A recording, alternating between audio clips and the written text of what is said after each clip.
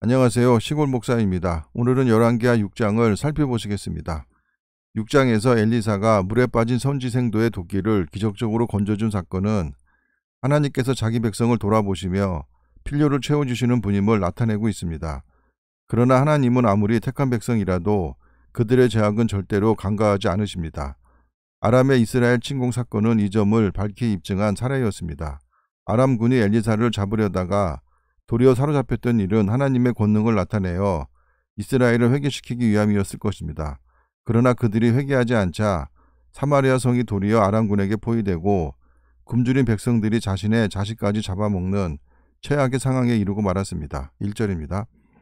선지자의 제자들이 엘리사에게 이르되 보소서 우리가 당신과 함께 거주하는 이곳이 우리에게 좁으니 이곳은 요단강 근처 여리고로 봅니다. 2절입니다. 우리가 요단으로 가서 거기서 각각 한 제목을 가져다가 그곳에 우리가 거주할 초소를 세우사이다 하니 엘리사가 이르되 가라 하는지라. 요단강 주변에는 숲과 나무들이 울창하여 버드나무, 미루나무, 석류나무 등 건축물의 목재를 충분히 구할 수 있는 곳이라고 합니다. 3절입니다. 그 하나가 이르되 청하건대 당신도 종들과 함께 가소서 하니 엘리사가 이르되 내가 가리라 하고 드디어 그들과 함께 가니라. 무리가 요단에 이르러 나무를 베더니 한 사람이 나무를 벨 때 새도끼가 물에 떨어진지라. 이에 외쳐 이르되 아 내 주여 이는 빌려온 것이니이다 하니 율법에 빌려온 것을 상하게 하거나 잃어버리면 적절한 배상을 해야 했습니다. 6절입니다. 하나님의 사람이 이르되 어디 빠졌느냐 하매 그곳을 보이는지라. 엘리사가 나뭇가지를 베어 물에 던져 새도끼를 떠오르게 하고 이르되 너는 그것을 집으라 하니 그 사람이 손을 내밀어 그것을 집으니라. 엘리사가 사장에서 행한 두 가지 기적과 본장에서 도끼를 떠오르게 한 이적이 그의 대표적인 이적인데 예수님께서 물고기의 입에서 그 말을 꺼낸 이적이나 오병이어의 이적과 흡사합니다. 그때 아람 왕이 이스라엘과 더불어 싸우며 그의 신복들과 의논하여 이르기를 우리가 아무데 진을 치리라 하였더니 아람 왕은 자신의 군대 장관의 병을 고쳐달라고 이스라엘로 예물을 보내기도 하고 또 침략하기도 했는데 이때 이스라엘의 왕은 여호람이고 아람의 왕은 베나닷이라고 합니다. 6절입니다. 하나님의 사람이 이스라엘 왕에게 보내 이르되 왕은 산과 아무 곳으로 지나가지 마소서 아람 사람이 그곳으로 나오나이다 하는지라. 이스라엘 왕이 하나님의 사람이 자기에게 말하여 경계한 곳으로 사람을 보내 방비하기가 한두 번이 아닌지라. 이러므로 아람 왕의 마음이 불안하여 그 신복들을 불러 이르되 우리 중에 누가 이스라엘 왕과 내통하는 것을 내게 말하지 아니하느냐 하니 그 신복 중에 한 사람이 이르되 우리 주 왕이여 아니로소이다.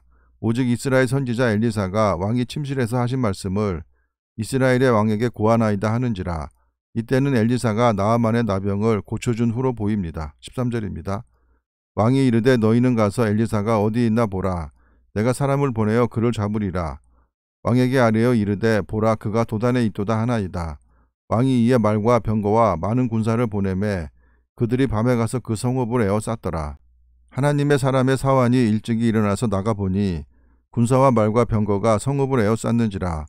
그의 사환이 엘리사에게 말하되 아 내 주여 우리가 어찌하리이까 하니 대답하되 두려워하지 말라. 우리와 함께 한 자가 그들과 함께 한 자보다 많으니라 하고 기도하여 이르되 여호와여 원하건대 그의 눈을 열어서 보게 하옵소서 하니 여호와께서 그 청년의 눈을 여심해 그가 보니 불말과 불병거가 산에 가득하여 엘리사를 둘렀더라.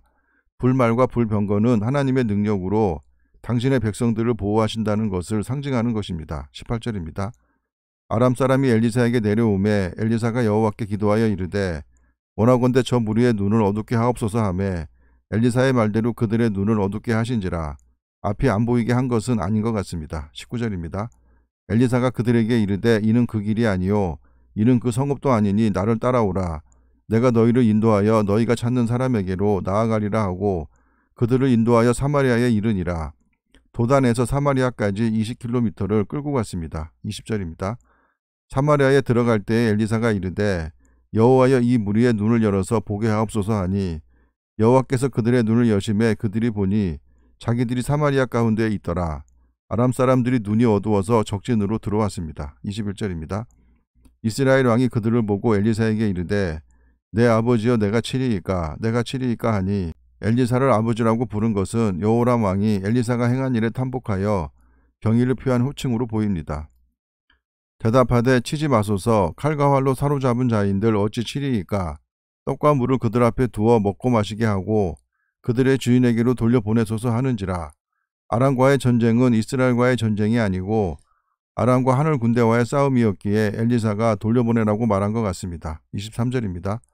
왕이 이하여 음식을 많이 베풀고 그들이 먹고 마심에 놓아보내니 그들이 그들의 주인에게로 돌아가니라.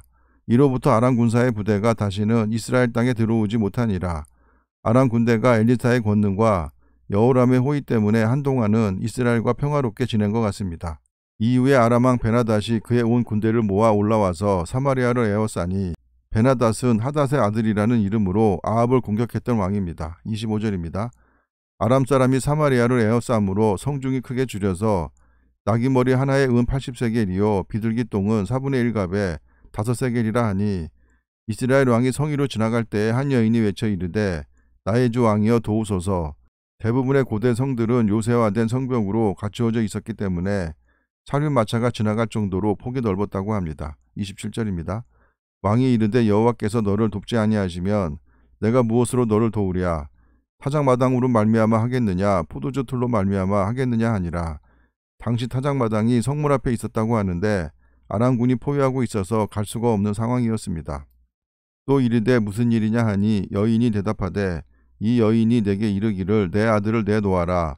우리가 오늘 먹고 내일은 내 아들을 먹자 하매 우리가 드디어 내 아들을 삶아 먹었더니 이튿날에 내가 그 여인에게 이르되 내 아들을 내놓아라. 우리가 먹으리라 하나 그가 그의 아들을 숨겼나이다 하는지라. AD 70년경 티투스 장군에 의해 예루살렘이 망할 때도 아이를 삶아 먹었다고 합니다. 30절입니다. 왕이 그 여인의 말을 듣고 자기 옷을 찢으니라. 그가 성위로 지나갈 때에 백성이 본즉 그의 속살에 굵은 배를 입었더라. 배옷은 회개나 슬픔을 표시할 때 입는 거친 옷입니다. 왕이 이르되 사밧의 아들 엘리사의 머리가 오늘 그 몸에 붙어 있으면 하나님이 내게 벌이의 벌을 내리실지로다 하니라. 아람 군대가 눈이 멀어 이스라엘로 들어온 것을 왕은 다 쳐 죽이려고 했으나 엘리사의 말을 듣고 그들에게 오히려 먹을 것을 주었습니다. 그러나 그 뒤로 아람 군대가 사마리아를 에워싸서 사마리아 사람들이 먹을 것이 없어 자식을 삶아 먹는 고통을 당하고 있었기에 왕은 아람 군대를 방멸할 수 없게 한 엘리사를 저주하고 있습니다. 32절입니다. 그때 엘리사가 그의 집에 앉아있고 장로들이 그와 함께 앉아있는데 왕이 자기 처소에서 사람을 보냈더니 그 사자가 이르기 전에 엘리사가 장로들에게 이르되 너희는 이 살인한 자의 아들이 내 머리를 베려고 사람을 보내는 것을 보느냐. 너희는 보다가 사자가 오거든 문을 닫고 문 안에 들이지 말라. 그의 주인의 발소리가 그의 뒤에서 나지 아니하느냐 하고 왕이 보낸 사람은 엘리사를 죽이려는 자객입니다. 33절입니다. 무리와 말을 할 때에 그 사자가 그에게 이르니라. 왕이 이르되 이 재앙이 여호와께로부터 나왔으니 어찌 더 여호와를 기다리리요. 엘리사를 죽이라고 자객을 보내놓고는 후회가 되어 왕이 자객보다 먼저 엘리사에게 도착했습니다.